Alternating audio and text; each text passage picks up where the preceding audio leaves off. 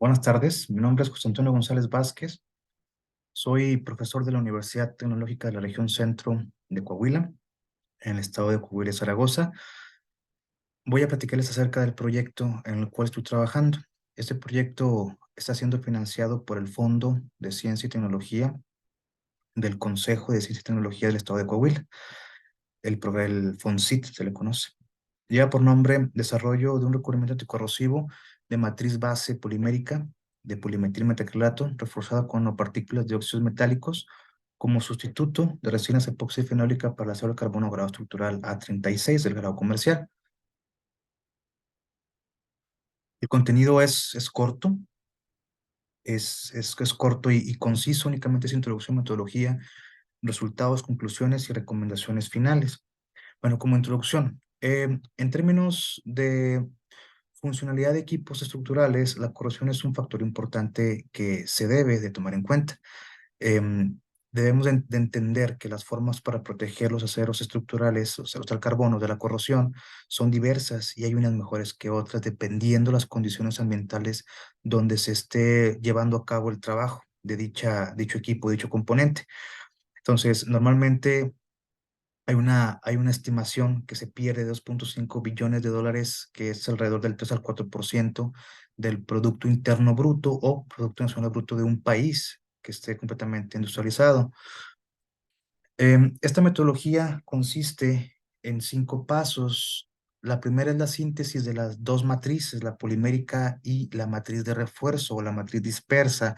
La segunda es la elaboración de las probetas de acero.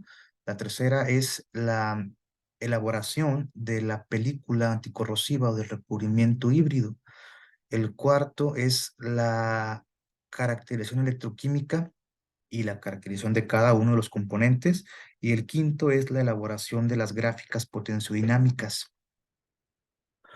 Bueno, como primera parte para la síntesis de las nanopartículas, se realizó por medio de la síntesis química de sales precursoras.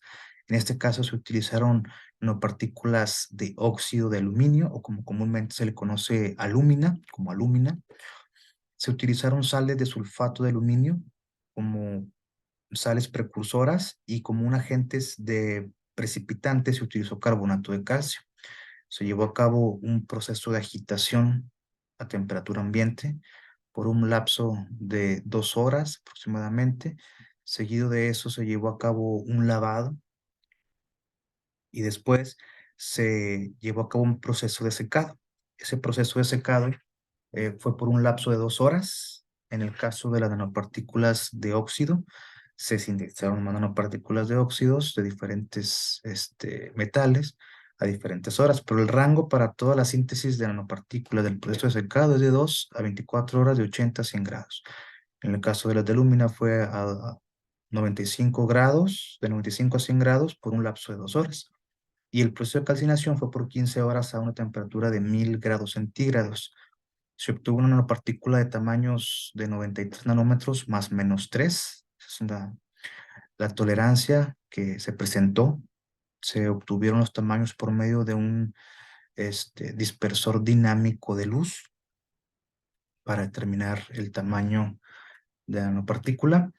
Y para la síntesis del polimetilmetacrilato también fue por vía emulsión. Se utilizó un monómero de metilmetacrilato. Se prepara una solución micelar del monómero y el iniciador, que es SDS, que es sulfato de sodio. Se llevó a cabo dentro de un reactor de 3 bocas enchaquetado.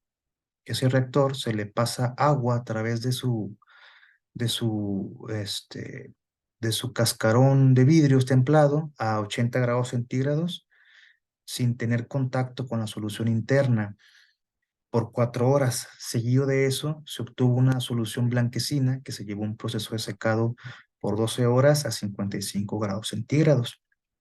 Se obtuvieron cristales de polimetilmetacrilato, el cual posteriormente, para diluirlo, se utilizó tolueno o el acetón. Puede funcionar también.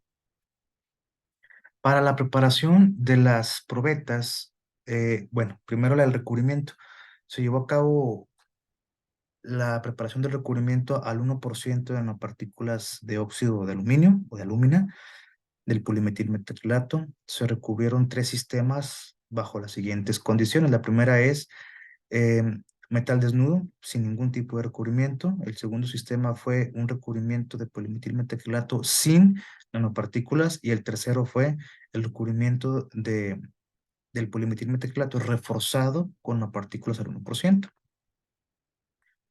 Eh, Primero, para poder constatar que realmente se obtuvo polimetilmetacrilato, se llevó a cabo la técnica de caracterización de espectroscopía infrarroja por transformada de Fourier, o FTIR, como se le conoce, donde los grupos o las bandas de energía se, se pueden ver a continuación.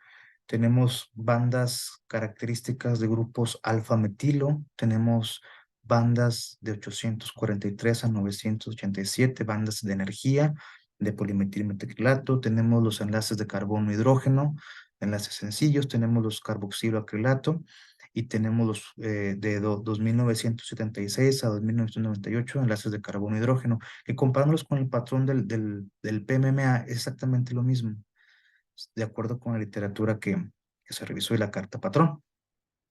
También se llevó a cabo la caracterización por difracción de rayos X de la lúmina y los picos, la difracción y los picos corresponden a los planos cristalográficos de la lúmina en estado gamma, la lúmina gamma, de acuerdo con la carta patrón. Después se llevó a cabo la aplicación del recubrimiento sobre el sustrato de acero al carbono. Se le dio una preparación superficial previa. Se le realizó un samblasteo con arena sílica con un perfil de anclaje de 1.5 a 2 milésimas de pulgada, y también se les dio un decapado químico con ácido fluorhídrico. Entonces, después de eso ya se aplicaron los recubrimientos por inmersión.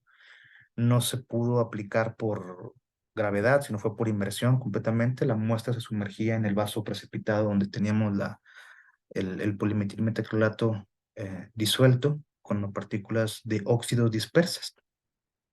Entonces, en el análisis electroquímico se preparó una solución de sal a 5%, un cloruro un electrodo de plata, cloruro de plata. También se utilizó el electrodo de sacrificio y el electrodo de grafito de referencia. Se puede apreciar que los dos sistemas, el sistema amarillo es del metal desnudo, el sistema rojo es del metal con el recubrimiento polimérico sin refuerzo de nanopartículas, y el tercer sistema es el acero con el polimetilmetacrilato y las nanopartículas de óxido metálico. Se puede observar que los dos sistemas aquí se mostraron más nobles con respecto a la curva del metal desnudo. Esto indica que hubo una mayor protección a la corrosión, es un comportamiento más noble, es más pasivo en el circuito cerrado y la resistencia a la polarización. Aproximadamente se incrementó del metal desnudo a los dos sistemas menos 250 milivolts, que es la diferencia de de menos 1500 a menos 500. Entonces, em, la situación en este tipo de sistemas es de que no hubo o no hubo diferencia alguna, inclusive fue mayor el sistema que únicamente comprendía el recubrimiento sin nanopartículas de óxidos metálicos. Entonces, no hubo una mejora en la protección anticorrosiva de acuerdo a este análisis, a una solución del 5%. Se recomienda simular medios corrosivos más reales, por ejemplo,